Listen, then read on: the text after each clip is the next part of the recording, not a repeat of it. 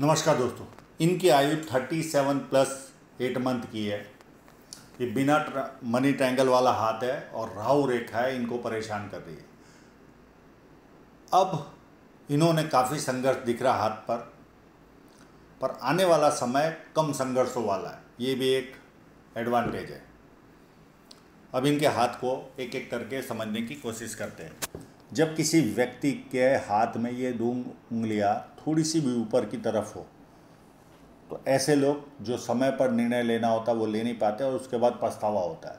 तो मेरी इनसे सलाह है कि आप जो भी निर्णय लो किसी न किसी को पूछकर आगे बढ़िए। ये पाम यहाँ से चौड़ा कम है, यहाँ से चौड़ाई ज़्यादा है। तो ऐसे लोग या तो जॉब करते हैं या पार्टनरशिप में काम करते हैं। ये स्क्वायरिश पाम है, ऐसे लोग मेहनती होते हैं और मेहनत करके अपने जीवन को सफल बनाते हैं। अंगूठा टिल्ट हो रहा है तो मित्रतापूर्ण व्यवहार होता है, अच्छा खासा समय मित्रों में जाता है और चुटकी बजा के इनके मित्र बनते हैं। फर्स्ट फैलेंज नुकीला है तो कार्य के प्रति अच्छी खासी जीत होगी। सेकंड फैलेंज भी अच्छा लॉजिक के साथ तत्वों के साथ अपनी बात रख पाते होंगे। उंगलियां छोटी है, हाथ के नीचे काम करने वालों की संख्या ज़्यादा रहती है और फास्ट निर्णय लेते हैं। सूर्य की उंगली बड़ी है, ये हिम्मती स्वभाव देती है। जेब में 50,000 और 50 लाख की रिस्क लेनी हो तो आसानी से लेते हैं। छोटी उंगली भी फर्स्ट फैलेंज तक पहुंच रही तो व्यक्ति डॉक्यूमेंटेशन, फाइलिंग, चीज़ों को संभाल कर रखना, याद शक्ति, मनी मैनेजमेंट और अकाउंट, इन सारी चीज़ों में व्यक्ति एक्सपर्ट होता है। अब इनके इंक लगे हुए पाम पर चलते हैं।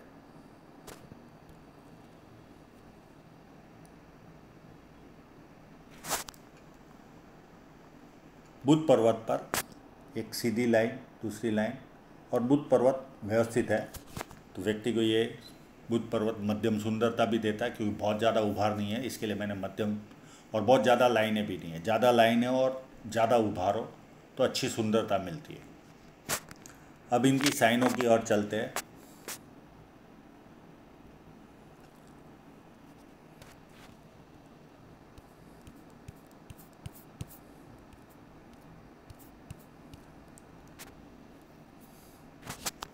एक छोटी साइन यहाँ पर भी है।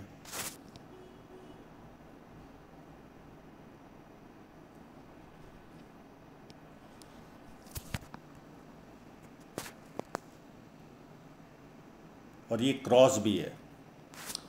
ये क्रॉस अगर यस साइन से ना बनाओ और नॉर्मल क्रॉस हो तो व्यक्ति को 3 माइनस पॉइंट में से एक मिल सकता है, या तो पिता से दूर रहना, या पिता का साया, छोटी उम्र में चले जाना, या पिता से मतभेद। और एक सबसे बड़ा माइनस पॉइंट होता है, ज़रा सा आगे बढ़ो तो कोई ना कोई टांग खींचने वाला मिल जाता है, या ऐसे हालात पैदा होते हैं कि हमें पीछे आना पड़ता है।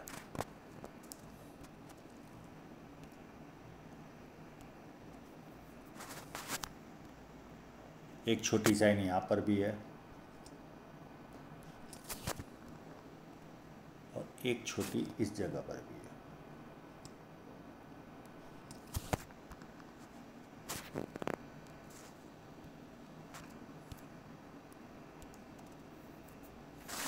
और एक छोटी साइन यहाँ पर भी है।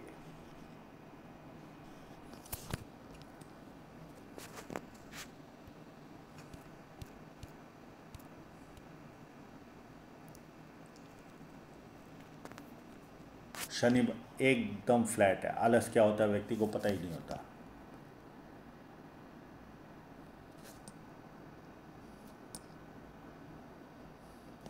जुपिटर माउंट बहुत छोटा है, मैं ये नहीं कहूँगा कि खराब है।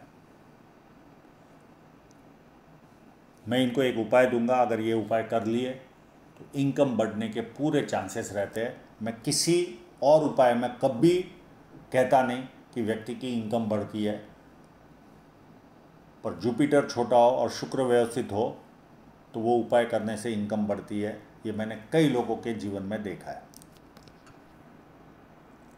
और छोटा जुपिटर हो तो कितना भी अच्छा काम करो, स्टेटस नहीं मिलता, हमें जो मान सम्मान मिलना चाहिए वो नहीं मिलता। ये एक माइनस पॉइंट रहता है। 1 लाइन, 2 लाइन और 3 लाइन ये व्यक्ति को मल्टीपल इनकम के सोर्स देती है। पामिस्ट्री, एस्ट्रोलॉजी, इस तरह की मिस्ट्री साइंस में ध्यान जाता है। और सेवा भावी, अंदरूनी मंगल मध्यम टाइप का है, तो शारीरिक ऊर्जा मध्यम टाइप की होगी। बाहरी मंगल काफ़ी अच्छा है, तो ऐसे लोग जब किसी से मिलते हैं एनर्जी के साथ मिलते हैं और सामने वाला कंफर्टेबल फील करता है। संकट के समय व्यक्ति अपने लेवल पर संकट का सामना करता है। यहाँ पर देखें तो मनी ट्रायंगल है ही नहीं, और ऐसे लोगों को जब राहु रेखा काटती है तो काफ़ी पेन उठाना पड़ता है, काफ़ी पेन। और ये साइन रियल में रही लूप, तो ऐसे लोग पर्यावरणवादी होते हैं। और चंद्र व्यवस्थित है, पानी अच्छा लगना, दूध से बनी वस्तु अच्छी लगती, निर्णय शक्ति अच्छी होती है, नई नई चीज़ें करने का शौक होता है। और ये लाइन, ये लगभग एडिक्शन लाइन है। ये खालीपन देती है। 1-1.5 घंटा व्यक्ति काम कर ले तो उसके बाद कोई ना कोई व्यसन की तरफ दिमाग जाता है उस खालीपन को भरने के लिए। कोई चाय का शौकीन बनता है, कोई कॉफ़ी का शौकीन बनता है, कोई धर्म का सहारा लेता है। बहुत तरह के व्यसन है, उसमें से कोई ना कोई व्यसन व्यक्ति रखता है।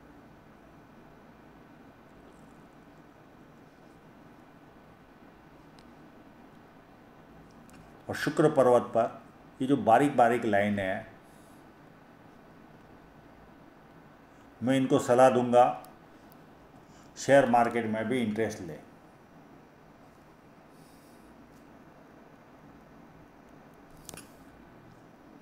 और शुक्र पर्वत बहुत अच्छा भी नहीं है और ख़राब तो नहीं है, यानी एक जैसा चाहिए वैसा है। हृदय रेखा शनि पर्वत से ही चालू हो रही है, तो ऐसे लोगों को पैसे की तरफ झुकाव ज़्यादा रहता है, कामुकता, और तीसरी चीज़ रहती है कभी कभी फिजिकल बनना, यानी हाथ पैर उठाना। और ये जो छोटी छोटी लाइनें नीचे जा रही है, ये मित्रों को, सगे संबंधियों को पैसा देते हैं और वो पैसा वापस नहीं आता। माइंड लाइन में कोई तकलीफ नहीं है, यहाँ पे ब्रेक ज़रूर है। मैं इस ब्रेक को समझने की कोशिश करता हूँ। इस फोटोग्राफ में कोई ब्रेक नहीं लग रहा है, थोड़ी सी वेवी है बस, कोई ब्रेक नहीं है।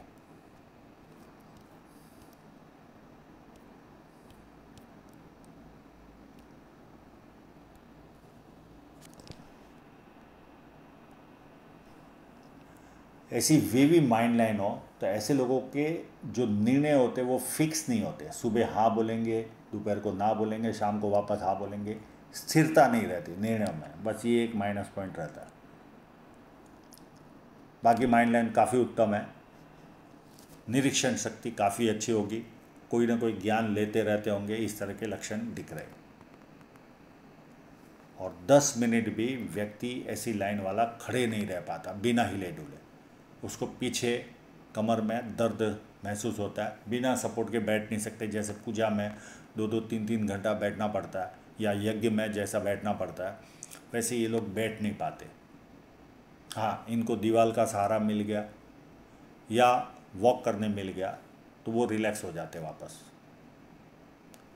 और कोई ना कोई ज्ञान लेते रहते हैं। रात को सोने के पहले भी ज्ञान लेने की आदत रहती है, उसके बाद ही नींद आती है। अब सीधे जीवन रेखा पर चलते। इनके जीवन रेखा पर बहुत कुछ है जो तकलीफ़ है। एक 23 के आसपास इनको राहु रेखा ने काटा था, और ये लाइन अगर यहाँ चलती होगी नीचे की तरफ तो उस पीरियड में कोई नियर एंड डियरर की भी डेथ हुई होगी। एक 26 के आसपास राहु रेखा ने काटा था, और एक 28 के आसपास इस राहु रेखा ने काटा था, और इसी पीरियड के आसपास कोई नियर एंड डियरर की डेथ हुई होगी। उसके बाद यहाँ पर देखिए, इनकी ये जो लाइफ लाइन है यहाँ से लेकर यहाँ तक टूट गई। तो इस तरह की ब्रेक हो तो व्यक्ति बहुत ज़्यादा ग्रोथ नहीं ले पाता, उसे तकलीफ आती है। और ये 35 या 35.5 के आसपास से ये स्टार्ट हुई है, और यहाँ से फिर कोई बदलाव आया होगा इनके जीवन में। जॉब बदली होगी, घर बदला होगा, शहर बदला होगा, व्यवसाय बदला होगा, कोई ना कोई शहर बदला, विदेश जाना, कोई ना कोई बदलाव आता है, और उसके बाद जीवन स्थिर होना चालू हो जाता है। और जैसे स्थिरता आई, वैसे वापस ये राहु रेखा है, ये 37 में काट रही है। पर अब इतने संघर्ष नहीं है, एक छोटी सी राहु रेखा 39.5 में भी है। अब यहाँ पर एक ऑफशूट नज़र आ रहा है, पर इनकी फोटोग्राफी इतनी अच्छी नहीं है कि मैं इसको कहाँ से जॉइंटिंग है वो पता चले, नहीं तो इनका घर का भी सवाल था तो मैं जवाब दे पाता। फिर 43 से 45 में छोटी छोटी राहु रेखाएं, इतनी बड़ी नहीं है, ये 28 वाली, और जो आगे आपने जैसी राहु रेखाएं भुगत चुके हो वैसी राहु रेखाएं नहीं है अभी, ये हल्की हल्की है। 43 से 45 तक 3 राहु रेखाएं आपको परेशान करेगी। एक 48 के आसपास छोटी सी राहु रेखा और इसी के आसपास ऑफशूट है। अब इतनी क्लियरिटी भी नहीं है कि ये भी ऑफशूट कहाँ से निकल रहा पता नहीं चल रहा है। फिर 50 के आसपास एक ऑफशूट है, बस 48 के आसपास है। फिर 58.5 से लेकर 55 तक ये राहु रेखाएं इनको परेशान करेगी।